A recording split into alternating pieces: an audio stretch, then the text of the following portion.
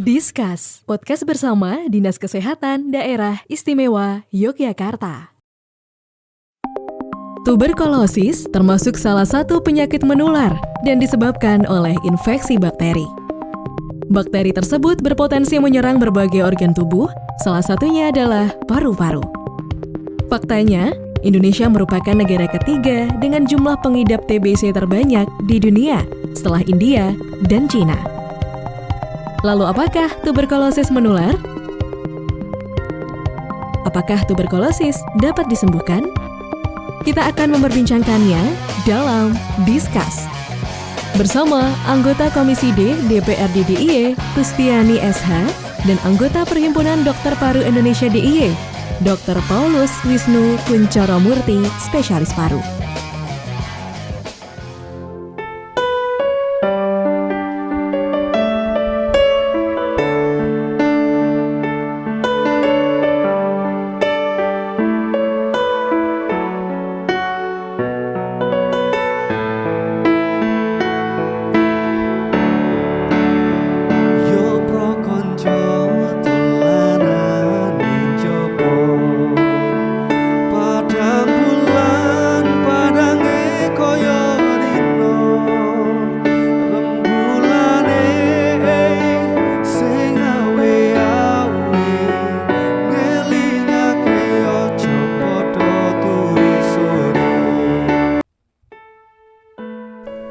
Tuberkulosis atau TBC adalah penyakit yang disebabkan oleh bakteri Mycobacterium tuberculosis. Bakteri ini biasanya menyerang paru-paru.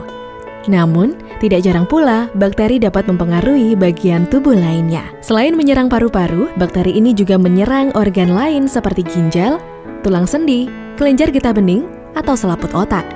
Kondisi tersebut dinamakan dengan tuberkulosis ekstraparu. Penanganan penyakit ini harus dilakukan ekstra ketat. Jika tidak, maka dapat berakibat fatal. Mycobacterium tuberculosis dapat menular lewat semburan air liur ketika pengidap TBC batuk, bersin, bicara, tertawa, atau bernyanyi. TBC tidak menular dengan kegiatan seperti berjabat tangan, berbagi makanan, minuman, atau sikat gigi, menyentuh barang-barang seperti dudukan toilet atau pakaian, dan juga spray, lalu berpelukan dan juga mencium orang yang terinfeksi. Meskipun cara penularannya mirip dengan pilek atau flu, TBC tidak menular dengan mudah. Perlu berkontak dekat dengan pengidap TBC dalam waktu yang lama untuk dapat tertular penyakit tersebut. Gejala yang terjadi saat kita terpapar TBC adalah batuk yang berlangsung lama hingga 3 minggu atau lebih. Batuk biasanya disertai dengan dahak atau batuk darah, nyeri dada saat bernafas, atau batuk berkeringat di malam hari. Hilangnya nafsu makan, penurunan berat badan, demam, dan menggigil atau kelelahan. Pengobatan penyakit TBC ini membutuhkan waktu beberapa bulan untuk melawan infeksi dan mencegah risiko terjadinya resistensi antibiotik. Pengobatan tuberkulosis adalah dengan patuh minum obat selama jangka waktu yang dianjurkan oleh dokter. Jika pasien berhenti minum obat sebelum waktu yang disarankan, bakteri TBC berpotensi kebal terhadap obat yang biasa diberikan. Akibatnya, TBC menjadi lebih berbahaya dan akan lebih sulit diobati. Obat yang diminum merupakan kombinasi dari 2 atau 4 obat berikut: isoniazid, rifampicin, pyrazinamide, dan etambutol. Obat tersebut harus diminum secara rutin selama 6-9 bulan. Sama seperti obat-obat lainnya, obat TBC juga memiliki efek samping antara lain warna urin menjadi kemerahan, penurunan efektivitas pil KB, KB suntik atau susuk, gangguan penglihatan, gangguan saraf, gangguan fungsi hati, dan juga untuk menghindari efek samping di atas, dokter akan menyesuaikan jenis dan dosis obat dengan organ yang terinfeksi. Dokter juga akan menyesuaikan pemberian obat dengan usia dan juga kondisi pasien, terutama pasien anak dan ibu hamil.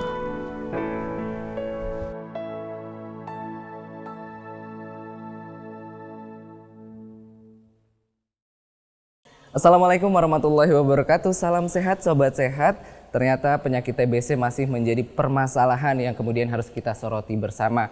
Dari data sistem tuberkulosis di tahun 2022, dari 100.000 orang terdapat 194,6 penderita, dan data menunjukkan tuberkulosis pada level anak dari angka 133 orang naik menjadi 398 penderita. Dan permasalahan tuberkulosis ini harus menjadi persoalan kita bersama, dan tentu saja bagaimana kemudian pencegahan, pengendalian dari penyakit tuberkulosis ini, mari kita diskusikan bersama dalam Discuss, yaitu podcast bersama Dinas Kesehatan Daerah Istimewa Yogyakarta. Podcast ini kami hadirkan sebagai sarana upaya untuk edukasi, sosialisasi dan juga informasi terkait permasalahan kesehatan dan juga fasilitas kesehatan yang berada di daerah istimewa Yogyakarta. Bismillahirrahmanirrahim. Assalamualaikum warahmatullahi wabarakatuh. Salam sehat, sobat sehat, menyapa Anda kali ini dalam Discuss, podcast bersama Dinas Kesehatan Daerah Istimewa Yogyakarta. Podcast ini kami hadirkan untuk Anda sebagai upaya sosialisasi, edukasi dan juga informasi terkait dengan permasalahan yang ada di Yogyakarta, permasalahan kesehatan dan juga fasilitas kesehatan yang berada di daerah istimewa Yogyakarta. Dan tentu saja Discuss selalu menghadirkan serangkaian informasi yang tentunya informatif dan juga terkini begitu ya, terkait dengan kesehatan-kesehatan yang tentu perlu adanya pembahasan lebih lanjut.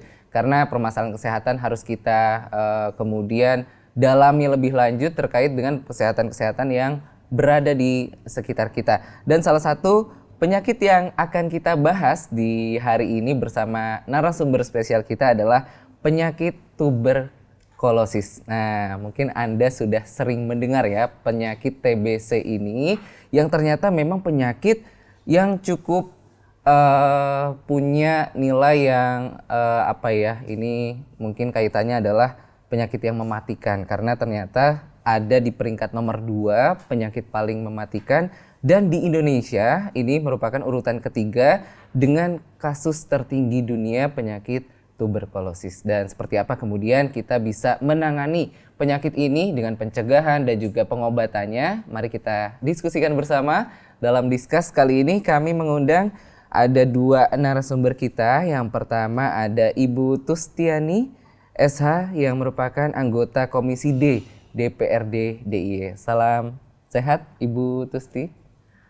Baik, dan kemudian saya juga menyapa ada Dr. Paulus Wisnu Kuncoro Murti, spesialis paru, magister biomedik yang merupakan anggota dari Perhimpunan Dokter Paru Indonesia untuk wilayah daerah istimewa Yogyakarta. Salam sehat, Dok. Salam sehat, Mas. Alhamdulillah.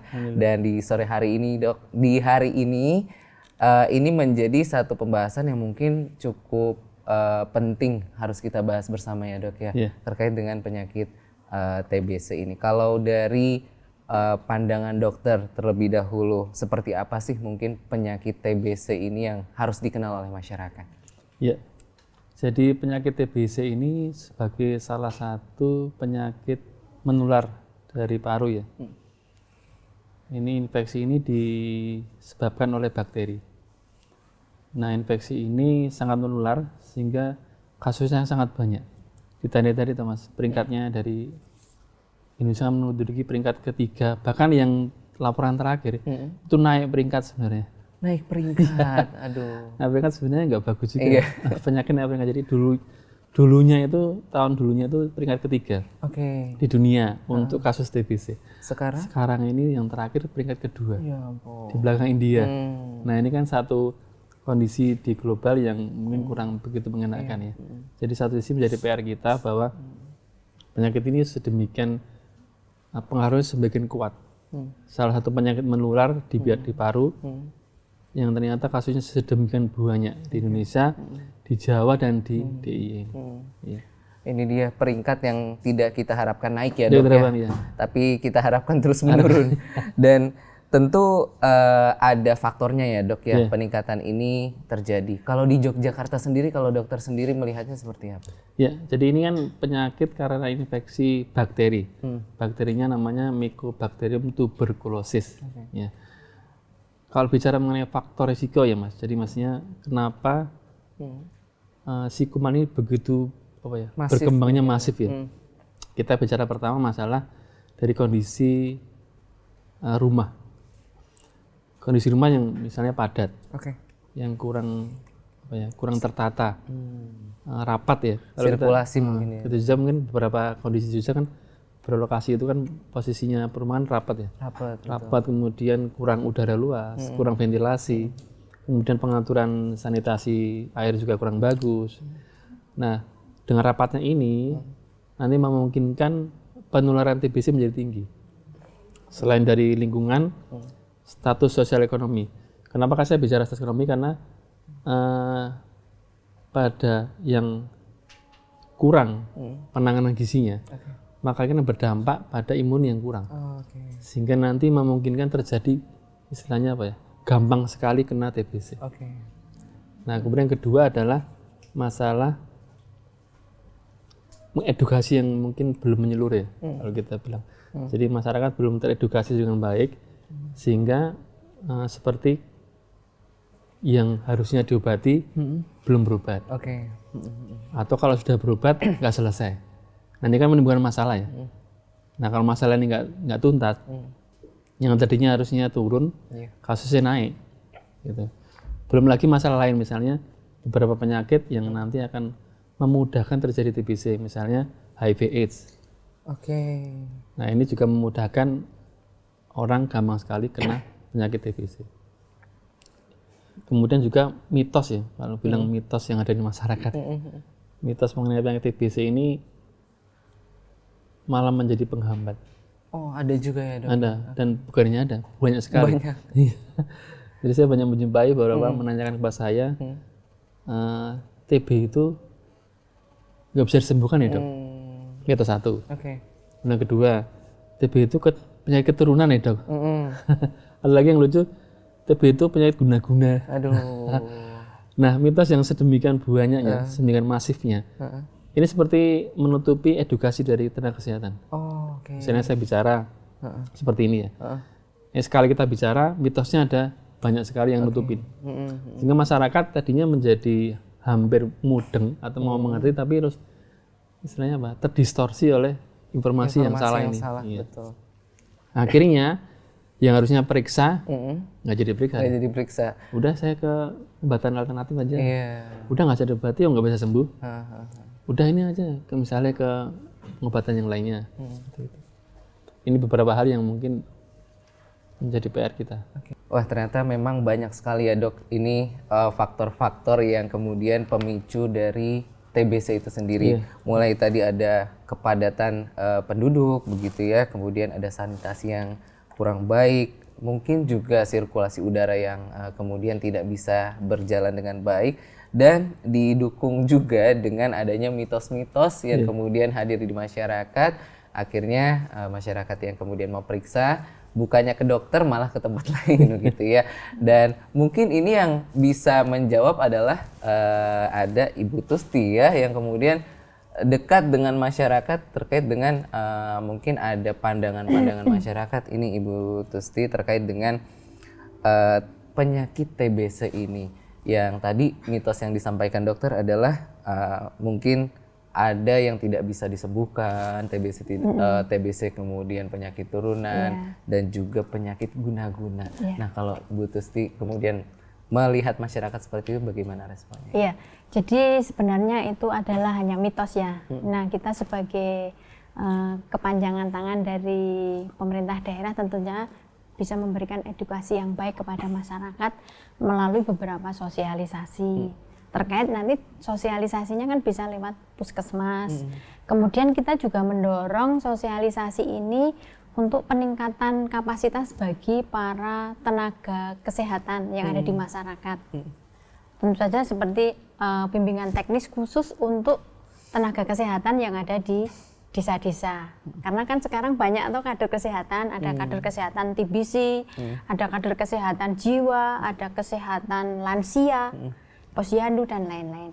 Kemudian yang kedua kita mensosialisasikan bagaimana pengawasan terhadap minum obat ya, Dok. Itu. Kemudian yang ketiga bagaimana kita bisa memberikan edukasi kepada masyarakat investigasi terhadap penderita TB tersebut. Jadi 3 hal itu yang perlu kita garis bawahi, dan itu didorong oleh teman-teman dari DPRD, tentunya perencanaannya dari Dinas Kesehatan Daerah Istimewa Yogyakarta. Baik, ini harus dipatahkan ya prinsip Iya. pandangan-pandangan seperti ini ya di masyarakat terkait dengan mitos-mitos. Baik, namun mungkin bisa kenalan juga ini Dok masyarakat dengan TBC. Kadang takutnya bukan merasa itu TBC nih Dok. Oh, saya cuma demam, oh saya cuma batuk. Nah, sebenarnya gejala-gejala dari TBC itu apa sih Dok? Ya, jadi memang gejala penyakit TBC ini sekilas ya, Mas. Ibu ini mirip dengan penyakit yang paru lainnya, seperti flu itu juga mirip. Ada batuknya, ada demamnya. Nah ini sekilas kalau orang tidak perhatian, itu dikira itu penyakit biasa, flu biasa. Nah sebagai gambaran kalau penyakit TB yang klasik ya, istilahnya penyakit gejala-gejala TB itu pertama adalah batuk yang lama, diobati sana sini nggak sembuh. Kemudian berat badannya turun banget, jadi kelihatan tambah kurus. Nafsu makan juga turun, yang tadinya agak gemuk jadi tambah kurus. Kemudian demamnya itu nggak tinggi Mas, jadi kayak sumber-sumber itu loh. Tapi nggak sembuh-sembuh. Ini kok diobati sebulan nggak mari-mari ya. Itu. Kemudian malam itu keringat malam, jadi kayak Keringat dingin. Keringat malam hari aja. Oh, malam. Yang lainnya tidur pulas biasa, nggak ada keringatan. Dia keringatan sendiri. Itu berlangsung selama 1 bulan lebih. Nah, apabila ini didapatkan, nah kita harus alarmnya harus kencang nih.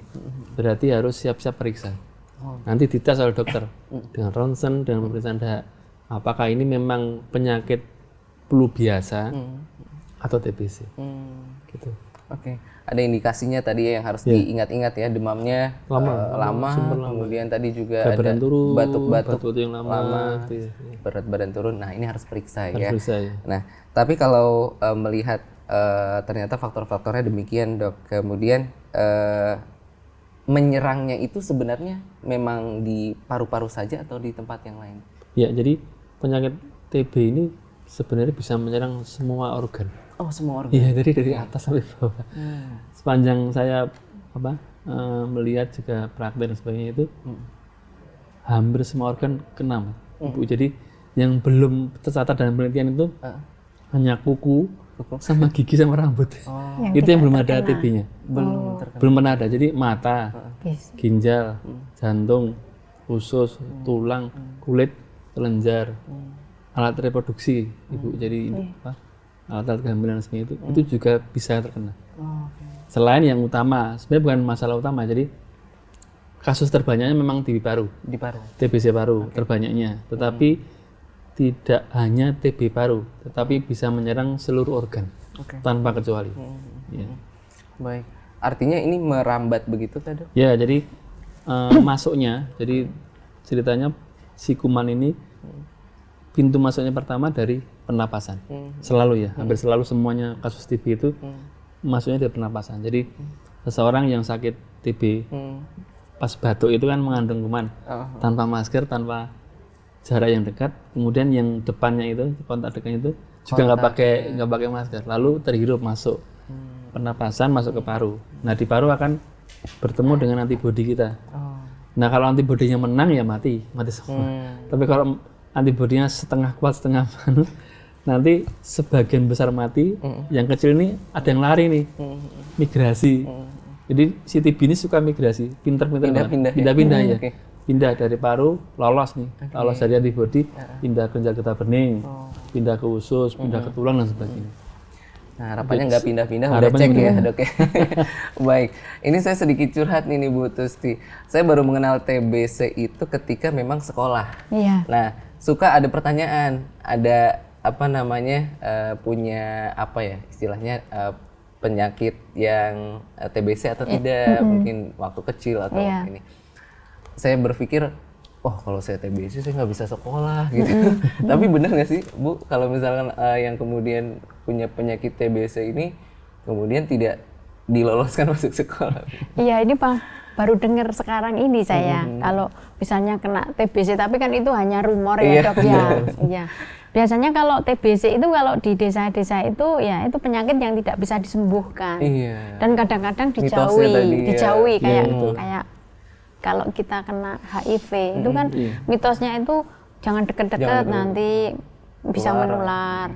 Tetapi kan tadi sudah disampaikan oleh Dokter Wisnu bahwa kontaknya itu lewat mulut, lewat percikan ya, lewat pernapasan. Jadi kita tidak perlu takut, yang penting ada aware dari keluarga ya dok.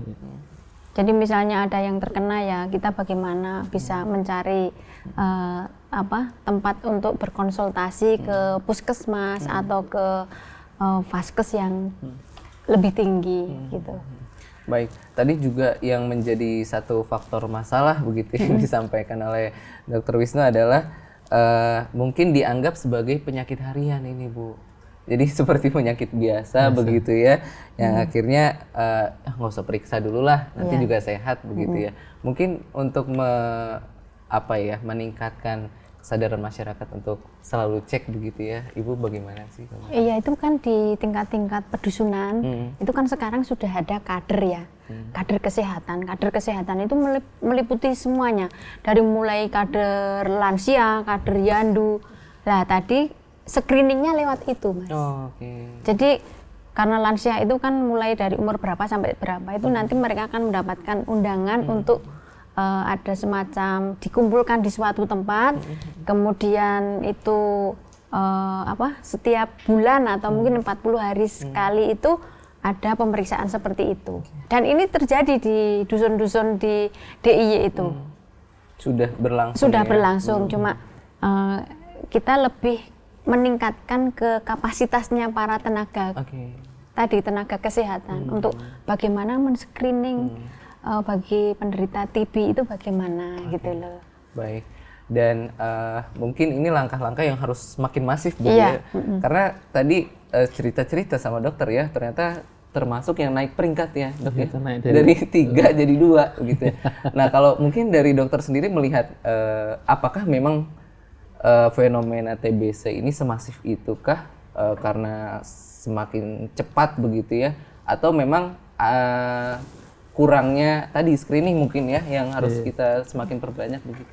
Ya, jadi perpindahan ranking ya sebenarnya tidak terlalu bagus ya Bu, karena dari ranking 3 dunia menjadi 2 dunia. Itu ada beberapa faktor ya. Jadi misalnya pertama adalah kalau kita ingat kan kita melalui fase COVID ya. Gimana waktu COVID itu kan kita seperti fokusnya ya COVID. Sehingga penanganan yang lainnya agak bukan tidak ya, agak belum dilaksanakan. Termasuk TB.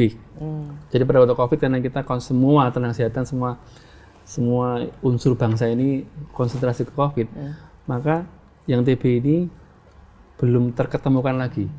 Sehingga pada saat peralihan COVID mulai menurun, nah itu di tahun ini 2022-2023 ini mulai peralihan, maka kasusnya kembali lagi. Kembali lagi. Jadi yang dulunya takut berobat karena nanti kalau dianggap COVID ya. Lalu mulai berani berobat, berani periksa, berani diperiksa. Akhirnya yang angkanya tadi sebenarnya di sebelumnya itu ranking 3, kemudian di tahun berikutnya naik tinggi menjadi ranking 2. Ya mungkin salah satu sisi kita menganggap agak bagus karena banyak yang ketemu ya. Jadi kalau ketemu banyak itu kan kita satu sisi senang karena bisa segera diobati. Betul.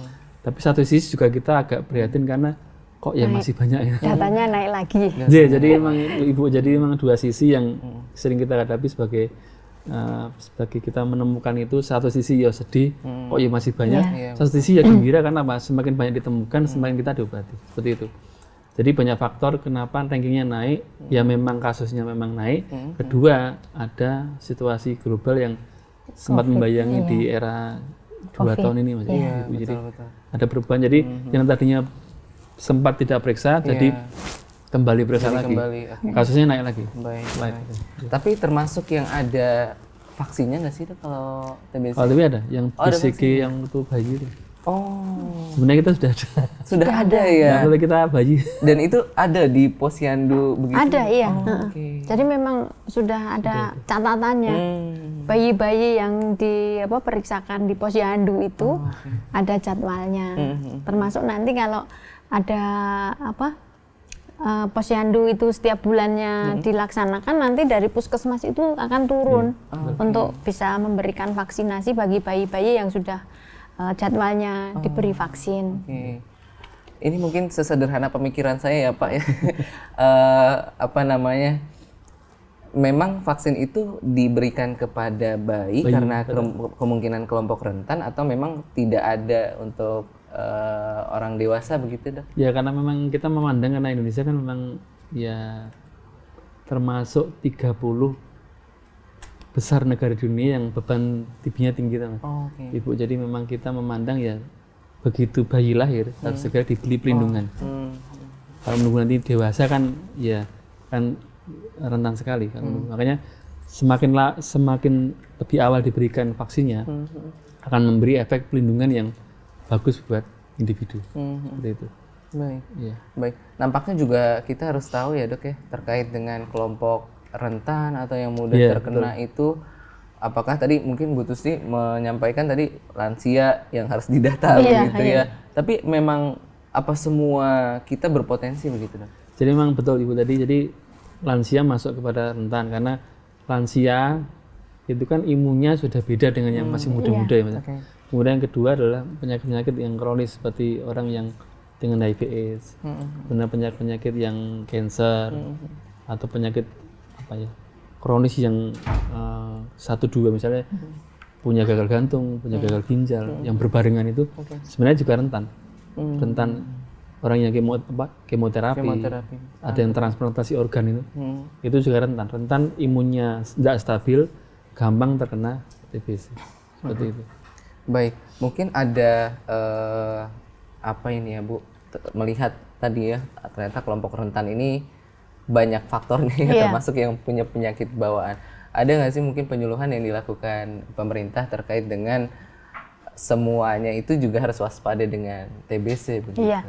Sebenarnya dari pemerintah, kemudian dari tenaga kesehatan yang ada di bawah itu sudah Mas. Tapi sebenarnya kita harus kembali kepada diri kita masing-masing, aware terhadap masyarakat sendiri, karena kadang-kadang karena sudah terjadi mitos tadi, mitos yang berkepanjangan, kemudian nanti malu keluarganya kalau ada salah satu keluarga terkena TBC itu, jadi dijauhi ke tetangga sekitarnya. Jadi itu sebenarnya yang perlu kita luruskan itu.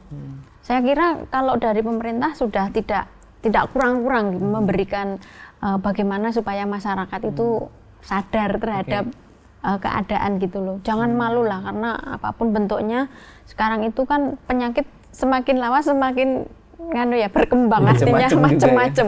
Kalau dulu kan hanya penyakit apa, lepra dan lain-lain, sekarang kan sudah istilahnya banyak. Nah itu monggo nanti kita aware aja lah kita kepada keluarga kita yang menderita. Kemudian perlu mungkin ada semacam stimulus ya dari pemerintah itu. Dulu di Kabupaten Bantul itu pernah ada semacam program yang mana misalnya ada salah satu tenaga kesehatan atau warga yang menemukan penderita TB itu diberikan insentif. Itu satu penderita itu 500.000. Tapi dari mulai dia menemukan, kemudian mendampingi untuk pemeriksaan sampai dengan dia progresnya menurun sembuh, itu ada insentif dan itu dianggarkan di APBD kabupaten. Gitu.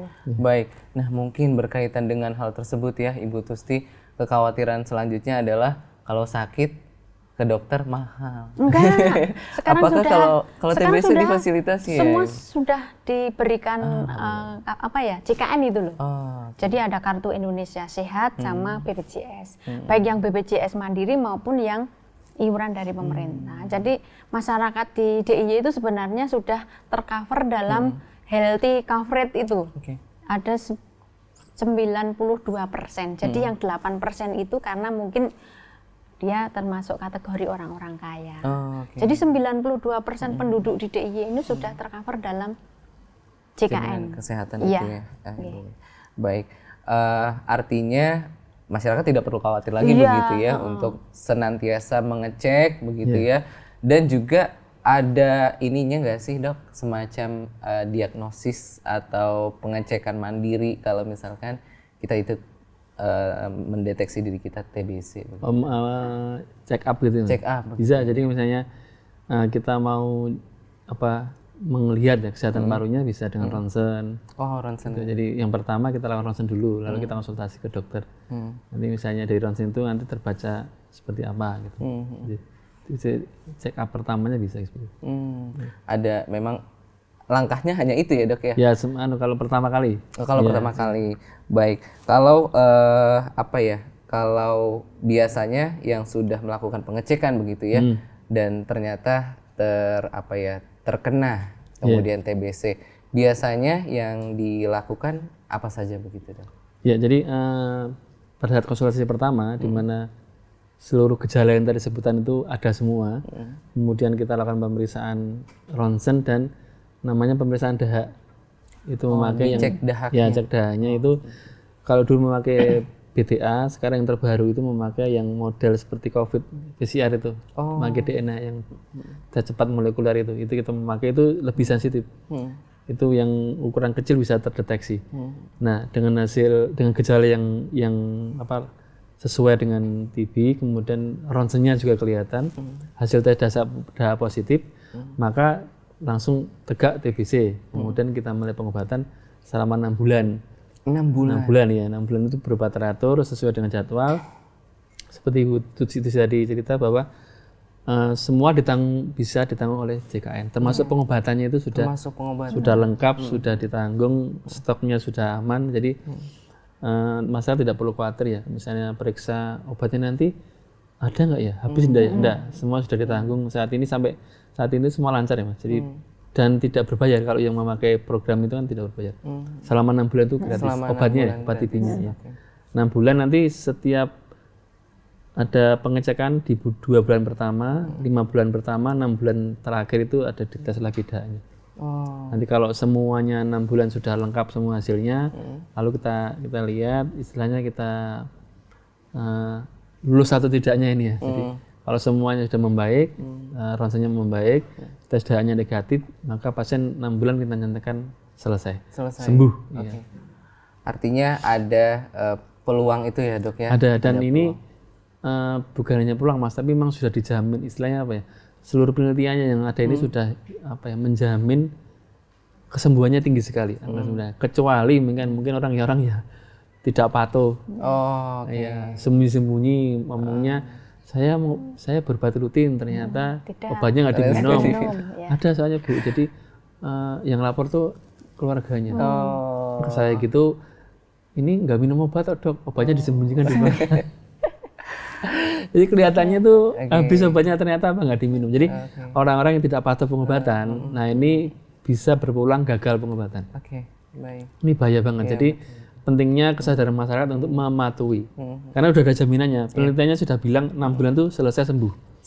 Ya. 6 bulan ya. Nah, ya harus sabar 6 bulan. Nah, kalau nyolong-nyolong misalnya bilangnya saya minum kok ternyata tadi.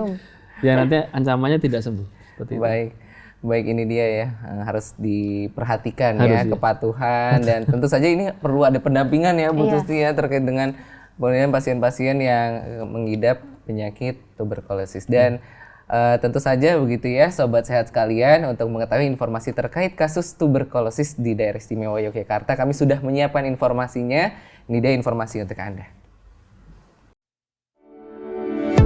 Tuberkulosis merupakan salah satu dari 10 penyakit yang menyebabkan kematian terbesar di dunia. Berdasarkan Global Report TB tahun 2019, angka kesakitan tuberkulosis pada 2018 mencapai 20 juta orang. Sedangkan untuk kasus kematian tuberkulosis mencapai 1,5 juta jiwa. Secara global, diperkirakan 10 juta orang jatuh sakit karena TB. Pada tahun 2019, 8 negara menyumbang 2/3 dari total global. India mencapai 26%, Indonesia mencapai 8,5%, Cina 8,4%, Filipina 6,0%, Pakistan 5,7%, Nigeria 4,4%, Bangladesh 3,6%, dan Afrika 3,6%. Kebanyakan kasus tuberkulosis ditemukan di negara yang berpenghasilan rendah dan menengah. Setengah dari populasi kesakitan tuberkulosis disumbangkan dari 8 negara, yaitu Bangladesh, Cina, India, Indonesia, Nigeria, Pakistan, Filipina, dan Afrika Selatan. Indonesia menyumbang angka kesakitan tuberkulosis sebesar 8,5% dari jumlah angka kesakitan secara global, yaitu 10 juta orang. Angka kesakitan tuberkulosis sebesar 850.000 orang menempatkan Indonesia menjadi peringkat kedua penderita tuberkulosis. Berdasarkan Global TB Report tahun 2022, jumlah kasus TBC terbanyak di dunia pada kelompok usia produktif, terutama pada usia 25-34 tahun. Di Indonesia, jumlah kasus TBC terbanyak yaitu pada kelompok usia 45-54 tahun. Pada tahun 2022, Kementerian Kesehatan bersama seluruh tenaga kesehatan berhasil mendeteksi tuberkulosis sebanyak lebih dari 700.000 kasus. Angka tersebut merupakan angka tertinggi sejak TBC menjadi program prioritas nasional. Sementara itu, di Yogyakarta, tuberkulosis masih menjadi masalah kesehatan yang perlu diperhatikan. Penyakit penular tersebut dalam laporan Sistem Informasi Tuberkulosis atau SITB tahun 2022 menunjukkan angka penularan atau insidensi rate cukup tinggi, mencapai 194,6 pada setiap 100.000 penduduk. Angka tersebut dihitung dari kasus baru sebanyak 805 orang. Kasus tersebut ditemukan berdomisili di kota Yogyakarta pada tahun 2022. Kasus TBC pada anak juga mengalami peningkatan dibandingkan tahun 2021, yaitu sebanyak 133 kasus meningkat menjadi 398 kasus pada tahun 2022.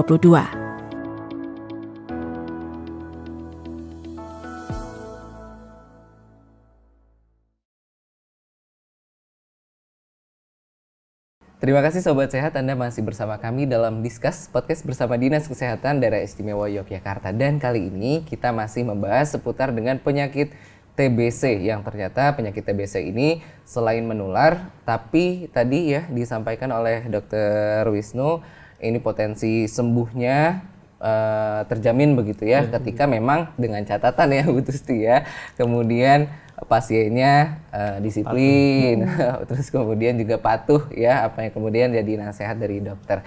Nah, tentu saja ini untuk mengurangi apa ya rasa khawatir dari masyarakat begitu ya Ibu Tusti terkait dengan penanganan TBC ini. Mungkin penanganan yang cepat juga mampu menekan ya Bu Tusti terkait dengan TBC ini.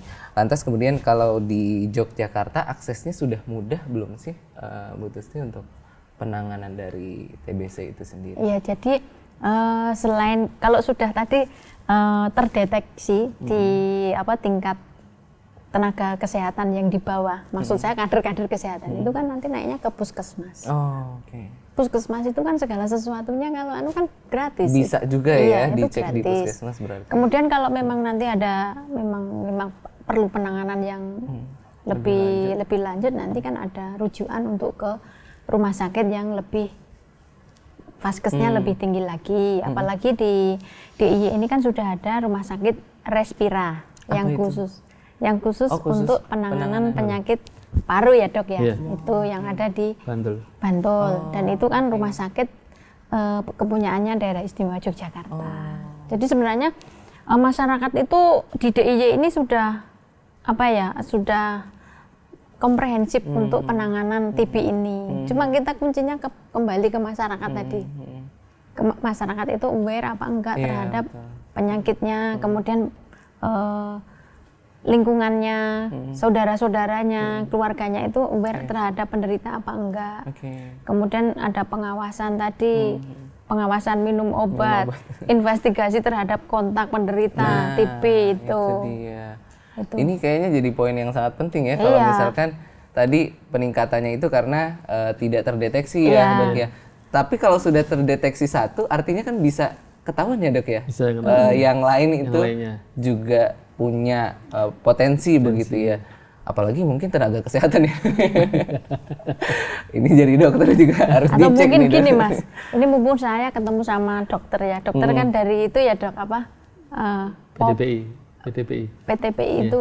Nanti mungkin ada masukan dari PTPI terhadap gimana supaya percepatan terhadap pengendalian TB ini bisa cepat gitu loh Dok. Artinya menjadi masukan kami yang ada di DPRD untuk bisa nanti memberikan anggaran apa sebenarnya yang diperlukan untuk percepatan ini. Itu. Ya, jadi memang betul Ibu, jadi memang ini PR bersama kita ya, untuk kasus TB yang sepertinya nggak habis-habisnya. Padahal semua komponen sudah, semua pihak sudah mengusahakan dari berbagai lini toh. Sepertinya kok untuk ketemu aja susah. Apalagi berobat, ya, ketemu screeningnya itu pengobat, ketemu kumannya ketemu penderita aja susah. Jadi memang kalau saya melihat Ibu, jadi karena faktor mitos tadi yang berkembang di masyarakat yang entah berapa banyak lagi yang masih di masyarakat itu, maka kadang informasi yang dari atas itu tidak nyampe ke daerah, yang sampai terpencil. Jadi misalnya satu kader itu mengcover beberapa lokasi, mungkin tidak sampai dia mengawasi apakah ini ada mitos yang berkembang. Seperti menutupi informasi dari kader itu. Nah maka mungkin kadernya sudah bertugas dengan baik ya, semua sudah dijalankan. Tapi misalnya ada yang sudah diberi penyuluhan, dia ada gejala, tetap tidak mau berobat ini, seperti itu Ibu. Jadi pada kasus yang saya jumpa pernah itu, dia jelas-jelas sudah terdeteksi, itu tidak mau berobat sama sekali, itu memang orang tua. Nah padahal dia tokoh masyarakat, nah padahal dilihat oleh masyarakat. Nah itu kita bisa sampai saya sendiri dan beberapa tenaga kesehatan lainnya itu sampai ngeluruk ke rumahnya itu tetap beliau berpendapat bahwa saya itu sudah tua, saya nggak mau berobat. Terus, nah kalau saya nggak berobat mati ya kan orang udah tua. Nah seperti ini yang kita menghadapi ya mungkin pendapat masyarakat ya ini susah untuk kita perbaiki. Padahal tidak kurang-kurang dari kader ya dari Puskesmas itu sudah setiap pada program selalu penyuluhan ke desa-desa. Ternyata ada beberapa lubang yang ternyata masih juga lolos seperti itu.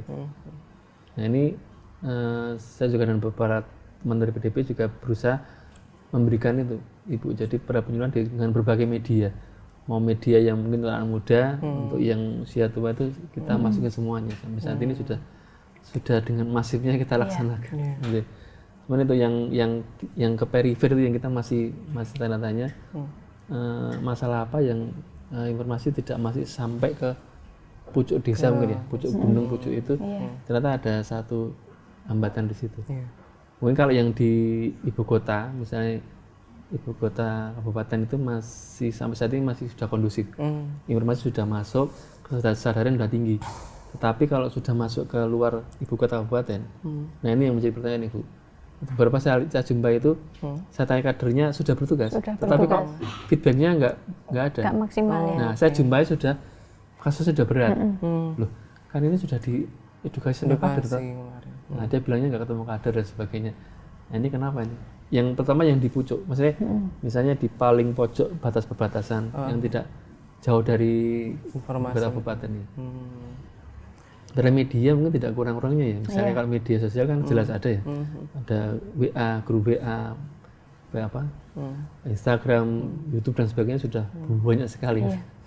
Cuman mungkin yang menurut saya yang tidak pengguna media Ibu, itu kan kadang tidak melihat ya. Kalau yang muda-muda mungkin jelas ya. Mungkin ngelihat media terus itu informasi mesti nyampe. Kita bicara seperti ini mereka langsung akses. Tapi bagi yang mungkin di pelosok, Bapak Ibu sepuh simbah-simbah mereka itu kan tidak pengguna media, jadi nggak masuk itunya. Nah, itu kita juga mikirnya ini kekurangan apa yang bisa masuk informasi ke mereka. Baik, ternyata tambahan informasi edukasi begitu ya Bu. Mungkin saya boleh bertanya sama dokter. Boleh. Dok, gini loh Dok, kadang-kadang kan di masyarakat itu kena TB. Itu jadi semua dilokalisir. Kayak kemarin kita kena pandemi itu loh, misalnya dalam satu rumah itu ada yang terkena satu, itu kan kamarnya disendirikan, kemudian alat makannya juga, pakaiannya juga, itu apakah benar seperti itu? Jadi itu betul Ibu, jadi itu memang, itu juga masih kita jumpai, terutama yang di luar ibu kota kabupaten. Jadi masih semua benar-benar seperti COVID. Di karantina juga kan? Karantina, jadi benar-benar pasien itu misalnya punya kamar di belakang, ya mungkin mohon maaf bukan kamar ya, gudang. Itu beliau itu dikasih gudang, makanya diantar atau enggak bukan diantar ya, ditaruh depan pintu. Kemudian mandinya ya pokoknya jangan campur sama yang di depan. Nah ini masih kita jumpai, terutama yang di itu, yang benar-benar di pelosok. Nah itu kita kurangnya bahwa ini adalah pendapat yang sudah lama, sudah usang sebenarnya. Sebenarnya bukan seperti itu. Tapi sebenarnya yang gimana dok? Ya, perlu diluruskan dok. Jadi saya meluruskan pendapat ini bahwa kalau seseorang yang sakit TBC itu protokol kesehatannya yaitu pakai masker, kemudian batuk bersin yang benar, cuci tangan, udah itu. Yang lainnya nggak perlu. Yang alat makan tadi? Buatan. Pakaian ya. juga enggak?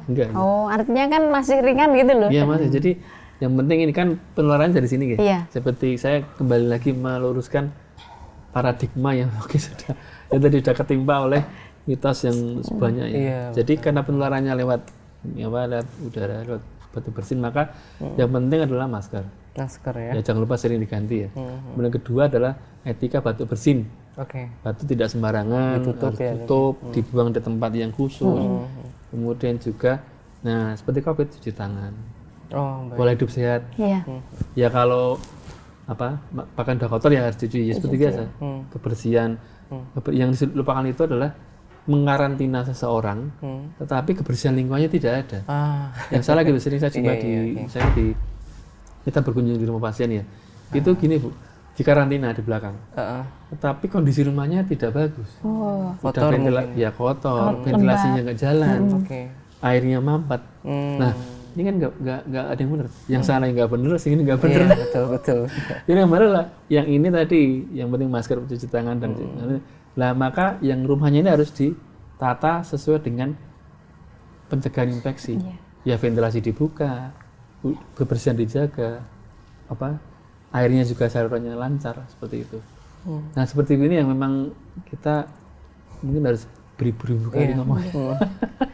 Iya, memang mengingatkan harus terus ya, harus berkelanjutan. Dan ternyata tadi ya, itu mitos ya dok ya. Mungkin bersentuhan dengan kulit pun juga tidak nggak kan apa-apa ya? Nggak apa-apa ya. Jabat tangan seperti ini. Jabat tangan, baik itu dia ya. Saya mau tanya lagi sama dokter, menggali informasi. Dok, itu alat yang kayak buat mendeteksi terkena TB itu mahal apa enggak sih dok? Oh, yang kayak ada itu. Yang Artinya yang kayak COVID kemarin, PCR itu. Jadi itu namanya kan tes cepat molekuler. Yang di Indonesia itu memakai, mungkin saya sebut brand name-nya ya, itu Genexpert itu merek dagangnya mesinnya itu. Itu mesin PCR yang sebenarnya mirip masa kerjanya atau pola kerjanya mirip dengan yang COVID punya. Jadi dia mendeteksi DNA, lalu dimunculkan dalam layar dan di print. Gitu. Nah memang agak mahal sih.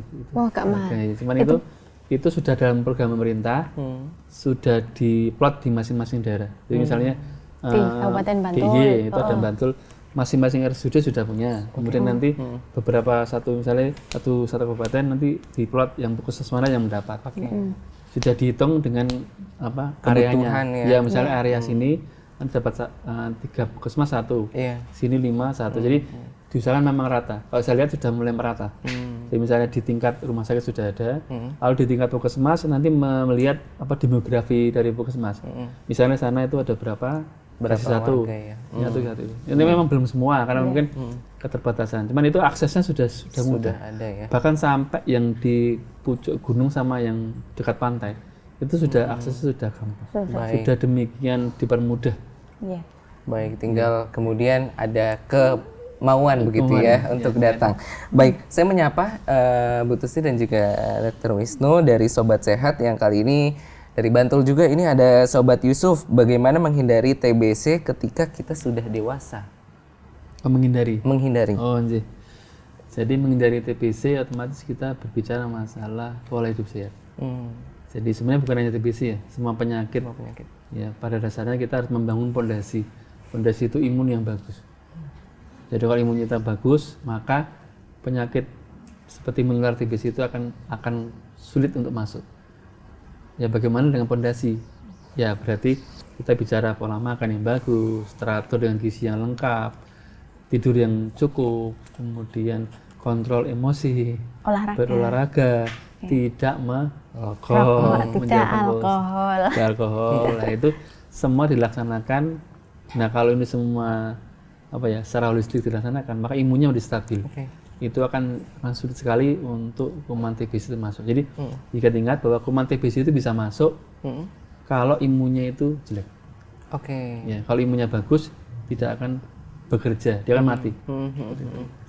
Kalau dijemur gitu mati juga nggak sih dok? Atau cuci tangan? Kalau misalkan Harus kita tadi, jemur, harus sesuai tadi, harus pola hidupnya harus bagus dulu. dibarengi dengan Ya, tadi ya. nggak bisa kita imunnya bilang ada. saya jemur tiap hari kok tetap sakit. Nah nanti dulu makanya bagus enggak. Oh iya betul. Itu jadi harus selalu gitu. Semua faktornya Ayo, ada. nggak bisa satu. Baik, saya beralih ke Sobat Ferry di Berbah. Kebetulan saya Karang Taruna di desa saya. Bagaimana ya dok untuk mensosialisasikan penyakit TBC di kalangan masyarakat? Ya kalau sosialisasi berarti kita melihat kan masyarakat itu berbagai komponen gitu. Dari yang komponen muda dan komponen yang di atasnya yang usia lebih tua. Maka kita menggunakan berbagai media. Bisa waktu di rumah sakit atau di instansi kesehatan. Jadi tentang kesehatan langsung edukasi. Bisa kita lakukan melalui media, semua media sosial yang punya melalui TV, radio, media sosial yang di handphone dan sebagainya itu kita gunakan. Termasuk penyuluhan di lokasi-lokasi misalnya yang rawan. Misalnya yang rawan karena yang padat itu misalnya penjara, kemudian asrama, kemudian barak tentara. Nah itu lokasi-lokasi yang padat itu memang diusahakan ada penyuluhan ke situ. Seperti itu. Jadi semua sisi kita masukkan penyuluhannya aja. Baik, semua harus mendapatkan informasi ya dengan rata. Kali ini dari Sobat Joko, dokter untuk penyembuhan TBC itu berapa lama dok? Ya seperti tadi yang kita sampaikan, jadi 6 bulan. 6 bulan, 6 bulan itu sudah diteliti bertahun-tahun. 6 bulan itu sudah istilahnya kesembuhannya tinggi. Ya, dengan catatan tadi, dengan catatan harus patuh. Harus patuh ya. Baik, kalau mungkin dari pendapat Bu Tusti sendiri begitu ya Bu, terkait dengan mungkin TBC ini salah satu upayanya adalah menekannya dengan kedisiplinan ibu-ibu mengantarkan anak-anaknya ke posyandu dan lain sebagainya. Mungkin ada nggak sih Ibu biasa pola itu misalkan ke posyandu berapa kali begitu ya, harus rutin atau di tahun keberapa harus kembali lagi? Kalau di posyandu itu rutin 1 bulan sekali. 1 bulan sekali. Dan itu kan program pemerintah. Dan 1 bulan sekali itu kan Vaskes dari puskesmas itu kan turun untuk bisa memberikan edukasi kepada masyarakat. Jadi edukasinya itu bermacam-macam, dari mulai lansia, kemudian ke anak-anak.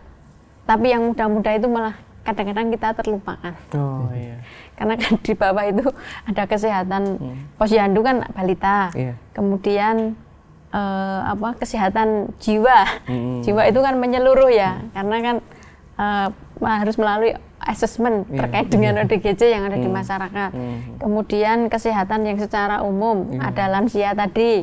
Itu kan hanya khusus untuk lansia, dan lansia itu umurnya kan dibatasi kalau tidak salah 55 ya dok. 55 ke atas atau 60 ke atas itu. Kalau yang di bawah itu kan artinya sebenarnya mereka itu perlu edukasi, tapi karena kalau kan pralansia atau gimana, itu kadang-kadang memang tidak tersentuh dengan informasi yang secara langsung. Tetapi ya kembali lagi, kalau memang mereka itu melek dengan digital, itu artinya segala sesuatu pasti bisa didapat, baik dari televisi, dari radio maupun dari sosial media. Baik, baik. Ternyata memang mungkin harus ada peran-peran itu ya, Bu Tusti ya. Kalau peran orang tua siapa yang mengingatkan gitu ya. Kalau anak muda juga siapa yang mengingatkan. Dan ini juga dari anak-anak muda ini dok yang bertanya dari Sobat Rashid di Tegalrejo. Tips untuk paru-paru yang sehat dok, karena mungkin pekerjaannya entah mungkin di dalam ruangan terus atau mungkin terlibat dengan polusi dan lain sebagainya. Jadi untuk paru-paru sehat ya bersifat tadi dengan pola hidup yang sehat, kemudian kita harus melihat lingkungan. Jadi misalnya yang sederhana saja, misalnya ruangan ventilasi harus selalu diusahakan dibuka. Jadi prinsipnya adalah setiap hari itu udara masuk keluar harus ada. Harus ada. Ya misalnya yang ber-AC, misalnya ruang kantor yang ber-AC, ya berarti harus masuk keluar. Sekali pada pagi dibuka semua gitu, tutup lagi. Kemudian jangan lupa maintenance, misalnya AC-nya harus di maintenance. Maintenance misalnya tidak pernah dibersihkan gitu ya, ntar sama aja nanti ngendap di situ kotorannya dingin tapi penuh dengan kotoran, jadi sering batuk. Terus kemudian juga Nah, ini yang harus diganti, misalnya harus spray dan sebagainya itu harus diganti, dibersihkan gitu harus selalu. Terus jangan lupa ya ini yang biasanya merokok ya, atau mungkin ini harus di stop ya dok. Ya itu memang tidak bisa ditawar. Oh emang ini ya pemicu sekali. Ya, gitu. jadi kalau rokok, misalnya apakah rokok menyebabkan TBC? Tidak. Tetapi rokok akan memungkinkan seseorang menderita TBC. Karena kalau rokok kita itu nanti kan saluran nafasnya lama-lama kan jadi kotor dan agak berkurang fungsinya saluran nafasnya. Sehingga apabila ada bakteri yang masuk nih, jadi tidak kuat dia menahan bakteri, kumannya kan bablas masuk ke paru-paru. Iya. Baik itu semoga nasihat yang harus kita lakukan ya bersama. Kemudian dari Sobat Dito, kalau sakit paru-paru basah ini termasuk TBC kah atau pengobatannya seperti apa? Ya, jadi istilah paru-paru basah itu kondisi di mana ada cairan di paru-paru. Ya, kalau di istilah medisnya itu efusi pleura. Nah, penyebabnya bisa macam-macam. Bisa TBC, bisa selain TBC bisa. Misalnya kelainan jantung, kelainan ginjal, dan kelainan-kelainan lainnya. Jadi ditentukan dulu penyebabnya apa ini. Memang kalau TBC diobati secara TBC 6 bulan tadi. Tetapi bila mana sebabnya dari luar paru, misalnya dari jantung dan sebagainya, ya diobati sesuai dengan kondisi yang mendasari. Kalau misalnya dia paru-paru basah, cairannya karena justru dari luar paru, misalnya orang yang dengan penyakit ginjal, kadang-kadang terjadi timbunan cairan. Nah, maka ya pengobatannya utamanya dari pengobatan penyakit ginjal. Ya tergantung status diagnosisnya apa. Apakah murni dari TBC atau dari faktor-faktor lainnya. Berarti harus ada diagnosis yang lebih mendetail ya, dokter ya. Baik, kalau dari lapangan ini Bu Tusti melihat masyarakat, temuan di lapangan seperti apa sih? Mungkin trennya terkait dengan penyakit yang kemudian sebenarnya tadi banyak ya penyakit itu tidak hanya TBC begitu ya. Mungkin seperti apa temuan di lapangan? Kalau TBC itu trennya itu malah nggak kedengeran. Malah nggak kedengeran. Saya nggak tahu nggak kedengeran itu karena memang ditutup-tutupi atau gimana, tapi nggak kedengeran. Yang jelas itu di masyarakat itu kadang-kadang ada itu loh. Tanya sekalian ya dok. Ada anak balita mungkin kayak kena flek gitu ya. Itu sebenarnya flek sama TBC itu sebenarnya apa sih? Atau memang flek itu menuju ke TBC? Karena kan biasanya kalau anak-anak itu balita itu diperiksakan di rongsen, kemudian oh ini flek sama dokter anaknya didiagnosis seperti itu. Kemudian misalnya dia harus rutin 1 bulan sekali harus berobat. Misalnya 1 bulan itu dia nggak berobat, nanti diulangi lagi dari nol. Nah itu gimana dok? Artinya itu ini informasi di masyarakat itu kan kadang-kadang seperti itu. Flek dengan TBC itu dikaitkan gitu. Gimana? Ada kaitannya atau memang itu penyakit yang berbeda? Iya Bu, jadi ini pertanyaan bagus. Jadi semua orang bertanya, lah flek itu sebenarnya penyakit apa? Jadi flek itu penyakit sebenarnya penyakit TB pada anak. Cuman kenapa dokter anak memberi nama flek? Itu karena untuk lebih kepada mungkin kenyamanan orang tua. Iya, biar tidak terlalu khawatir ya. Gitu. Jadi karena tadi lagi-lagi karena mitos masyarakat masih berkembang luas. Orang belum semua itu menerima dengan penuh ketenangan untuk penyakit TB. Orang sering panik, apalagi kalau yang kena itu anaknya. Anak masih kecil, waduh, kena TB ya. Entah bisa sembuh enggak, ntar malah rusak paru-parunya. Nah, si ibu ini harus ditenangkan, bapak ibu harus ditenangkan. Makanya beberapa sejawat dari dokter anak itu memberi labelnya itu flek. Gitu ya. Sebenarnya itu TB anak. Tapi ini boleh diceritakan? boleh ya. Ya, memang itu ya karena pasiennya beda tuh. Kalau saya kan menghadapi pasien dewasa, saya bilang TB apa adanya ya. TB Pak, TB Bu gitu, mereka kaget cuman udah. Tapi kalau kita misalnya cerita, Bapak anaknya sakit TBC paru, lah kan pikirannya macam-macam tuh. Anak saya belum kuat, masih kecil, masih lemah, ntar sembuh enggak ya? Nah ini kan masalah baru, jangan sampai orang tua itu stres. Betul. Maka apa?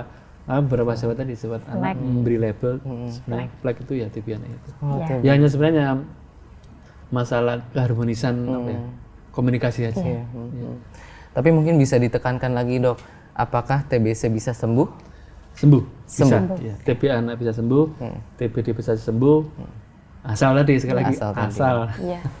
Terus tadi loh dok, itu kan ada misalnya harusnya 1 bulan sekali dia harus periksa. Dilalai pas bulan yang dia harus itu lewat periksa, dia nggak periksa, itu apakah dia mulai dari nol lagi? Ya, jadi kalau ada keterlambatan atau penundaan bahkan tidak minum obat, maka nanti seharusnya dia kontrol lagi. Lalu kita cek apakah dia karena muntah banyak. Lalu kita lihat ini apakah dia nggak mau minum obat atau kondisinya menurun. Misalnya ada orang yang tidak mau minum obat terus ternyata dia muntah-muntah terus, kondisinya jelek. Nah, seperti ini harus dilihat. Kalau ternyata kondisinya memburuk sekali, maka obat akan diulang dari depan. Tapi seandainya kondisinya stabil dan ternyata dia ini hanya muntah separuh, berarti tidak keluar semua. Kadang-kadang gitu tuh. Kadang-kadang susah juga karena kita mendeteksi anak muntah. Itu muntah makanannya atau muntah obatnya? Karena kita juga nggak bisa, ini muntah obatnya semua keluar semua, Bu. Ya belum tentu juga. Gitu. Jadi kita harus sebaiknya yang itu kejadian itu harus segera kontrol ke dokter anak. Dokter anak akan menginvestigasi ulang. Nah, bila mana perlu akan diulang dari depan. Gitu. Misalnya dia muntah-muntah 3 hari sampai keluar tidak satu pun masuk, ya dia harus diulang. Tapi kalau kasusnya ringan, misalnya mana saya kelupaan 1, ya bukan berarti nggak boleh. Bukan berarti boleh bolong sekali, yang boleh juga. Baik. Jadi sekali lagi kasus ini adalah kasus yang istilahnya kasus yang sebenarnya nggak boleh kelewatan. Tapi pada anak kan kita menghadapi kadang anak itu baru minum muntah. Iya kan. Kalian dengan dewasa kan bisa ditekan ya. Oh, saya jangan muntah. Anak nggak bisa. Begitu nggak enak, pahit, muntah. Itu langsung muntah. Dia nggak mau. Nah, ini yang kasus ini banyak sekali pada Jawa Tanah itu melihat lagi apakah ini perlu diulang lagi dari depan lalu kita teruskan. Jadi sangat individual, Bu. Jadi sangat kasuistik sekali. Tergantung seperti apa kondisinya. Baik, mungkin yang menjadi pertanyaan juga, Dok, kapan kemudian pasien harus periksa begitu ya, atau seperti apa sih kemudian apa tahapan-tahapan TBC itu sendiri ya akhirnya ini kita harus cek dokter, atau kalau ini belum parah mungkin ringan dan lain sebagainya. Ya, jadi kalau pada awal ya begitu tadi mulai timbul gejala tadi yang belum terdeteksi ya. Begitu mulai ada gejala yang sepertinya kok tadi sekali lagi aware masyarakat ya Bu ya. Sepertinya kok saya mengarah TBC ya. Kok jadi kurus banget ya? Gak apa-apa. Jangan takut, tanya dulu ke dokter. Kan ya belum tentu juga toh. Ya, tanya dulu. Kalau memang itu mengarah ke sana, dokter akan membantu. Mari kita tegakkan ini iya atau tidak. Nah, setelah iya, maka dalam pengobatan 6 bulan itu sebulan sekali kontrol. Sebulan sekali kontrol. Pengambilan obat. Nanti di bulan 2, bulan 5, bulan 6 akan dites dahaknya untuk evaluasi. Lalu yang terakhir itu nanti adalah investigasi terakhir. Apakah seorang sembuh atau tidak. Rata-rata kalau dia patuh itu biasanya sembuh. Biasanya sembuh ya. Jarang sekali yang dia sampai 6 bulan tidak sembuh itu kalau saya menjumpai sih belum pernah ya. Selama ini kalau nah kecuali yang itu yang bolong-bolong tadi atau mungkin kasusnya Bu, jadi seolah-olah minum semua ternyata itu disembuhkan di bawah bantal. Kadang sering Ibu, jadi kita menjumpai katanya habis ya, kok masih ada ternyata jadi kejujuran pasien sih kita harus sebaiknya yang ngomong apa adanya. Baik, ini sepertinya harus ada pesan dan nasihat nih ya dari Ibu Tusti dan juga Dr. Wisnu terkait mungkin ini menjadi kalimat penutup mungkin Bu Tusti untuk memberikan arahan kepada masyarakat, sobat sehat sekalian untuk aware lagi terhadap TBC dan disiplin terhadap pemeriksaan. Iya, jadi untuk dari pemerintah kan sudah tidak kurang-kurang memberikan fasilitas kesehatan kepada masyarakat. Dari mulai fasilitas untuk puskesmas sampai dengan rumah sakit yang memang sudah tersedia dan itu insya Allah akan tercover dalam JKN. Nah, kita kembali kepada masyarakat, nanti kepada masyarakat untuk bagaimana kita itu peduli terhadap kesehatan diri kita, kemudian keluarnya kepada saudara-saudara kita, kepada sanak saudara, artinya keluarganya, keluarnya lagi kepada masyarakat. Jadi kembali kepada masyarakat itu sendiri. Kalau untuk pemerintahan, kita sudah menyiapkan segalanya. Jadi kalau hilangkan mitos atau jargon bahwa berobat itu mahal, tidak ada yang mahal. Karena 92% masyarakat DIY itu sudah tercover dalam JKN yang ada di Indonesia ini. Baik, insya Allah ya sudah ada dukungan penuh begitu ya dari pemerintah terkait dengan fasilitas kesehatan dan juga jaminan kesehatan. Dan mungkin dokter ada pesan untuk sobat sehat sekalian terkait dengan TBC ini. Ya, jadi 2030 itu kan kita menjadi tahun NTB. Apa itu, Dok? NTB itu akhir TB, maksudnya harapannya adalah TB-nya itu nol, usai ya. zero. Usai, harapannya ya. Harapannya. NTB dan kita nggak mungkin bekerja satu demi satu orang nggak mungkin. Jadi keberhasilan sampai kepada tahap NTB itu ya semuanya harus bekerja. Jadi tidak hanya Ibu Tiziani, saya atau hanya beberapa komponen bangsa. Semuanya harus bergerak bersama. Ini menyongsong NTB 2030 ya, nggak lama lagi kira. Harapannya di tahun ini di tanggal 24 Maret kemarin itu kan Hari TB sedunia Ibu. Kita kan jargonnya itu kita bisa akhiri TBC, Indonesia bisa. Nah itu harus didukung oleh semua unsur komponen masyarakat dari pemerintah sampai ke bawah sampai kepada kader dan terutama kepada masyarakat. Saya mengajak kepada keluarga ini sebagai pilar utama dari pengobatan TB. Jadi kalau keluarga melihat ada temannya, ada tetangga, keluarga yang sekiranya itu kok karena TBC ya jangan takut berobat. Jangan takut untuk periksa karena seperti dari Ibu Tiziani ya. Semua fasilitas sudah oke. Sudah difasilitasi full ya. Tinggal kita manfaatkan. Jadi kalau memang itu dirasa kok ada gejala ya periksa. Jadi gitu aja. Baik. Terima kasih Dr. Paulus Wisnu Kunchoro Murti, spesialis paru, MBiomed dari Perhimpunan Dokter Paru Indonesia untuk wilayah Daerah Istimewa Yogyakarta. Dan tadi pesannya adalah harus PR bersama begitu ya untuk menyelesaikan. Dan juga terima kasih Ibu Tustiani SH, anggota Komisi D DPRD DIY sudah berkenan untuk ngobrol bareng Ibu. Dan tentu saja obrolan kita ini akan terus berlanjut. Tidak hanya di sini tapi di masyarakat ya Ibu ya, untuk kemudian semakin aware kita untuk menjadikan penyakit ini sebagai penyakit yang harus kita waspadai dan juga kita perbaiki bersama untuk kita tekan menjadi NTB atau kita menyelesaikan tuberkulosis ini bersama begitu ya. Dan tentu saja Discuss hadir untuk Anda sobat sehat sekalian dalam upaya sebagai sosialisasi, edukasi dan juga informasi terkait permasalahan dan juga fasilitas kesehatan yang berada di daerah istimewa Yogyakarta. Saya Nizam Fadli dan seluruh kru yang bertugas pamit undur diri. Alhamdulillahirabbil alamin. Wassalamualaikum warahmatullahi wabarakatuh. Salam sehat. Sobat sehat, ternyata penyakit tuberkulosis disampaikan oleh Dr. Wisnu bisa disembuhkan. Artinya mitos-mitos yang beredar itu tidak terjadi. Dan tentu saja hal ini bisa ditekan dengan cara menjadikan hidup kita menjadi pola hidup sehat, mengkonsumsi makanan-makanan yang sehat, dan juga hal-hal yang merusak tubuh harus kita hindarkan. Dan tentu saja bagaimana kita harus mendeteksi sejak dini dari penyakit tuberkulosis, yaitu ada semangat TOS, yaitu temukan tuberkulosis, obati sampai sembuh.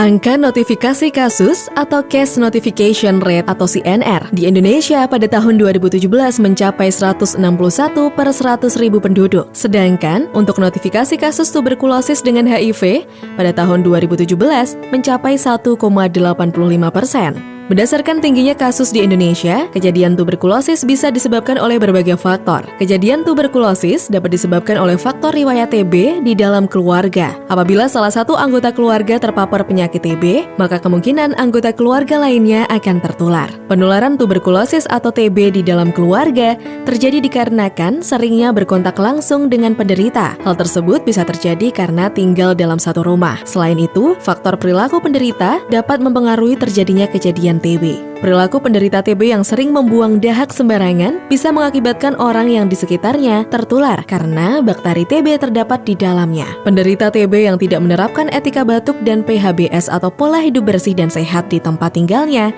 dapat memberikan kesempatan bakteri TB tersebut dengan mudah menulari orang lain. Faktor lainnya yang dapat mengakibatkan seseorang terpapar penyakit TB adalah perilaku merokok. Jika seseorang memiliki kebiasaan merokok, maka orang tersebut lebih rentan tertular oleh bakteri TB. Kondisi lingkungan rumah bisa menjadi faktor lain dalam kejadian TB. Rumah yang tidak memiliki pencahayaan yang baik dan kurang dimasuki cahaya matahari merupakan faktor yang bisa membuat bakteri TB bertahan di lingkungan rumah sehingga kejadian TB semakin meningkat. Selain itu, rumah yang tidak memiliki jendela yang memadai pun bisa membuat bakteri TB semakin bertahan. Faktor kondisi lingkungan rumah ini bisa semakin membahayakan apabila berada di perumahan yang kumuh dan padat penduduk. Untuk mencegah agar tidak terpapar dengan tuberkulosis, berikut cara mencegah agar tidak terpapar dengan tuberkulosis. Waspada dengan penderita TBC di sekitar kita. Kenali tanda dan gejala tuberkulosis. Pastikan sirkulasi udara di rumah Anda baik. Gunakan masker saat berada di tempat yang ramai. Dapatkan vaksinasi BCG. Lakukan tes preventif lebih dini. Berolahraga secara teratur.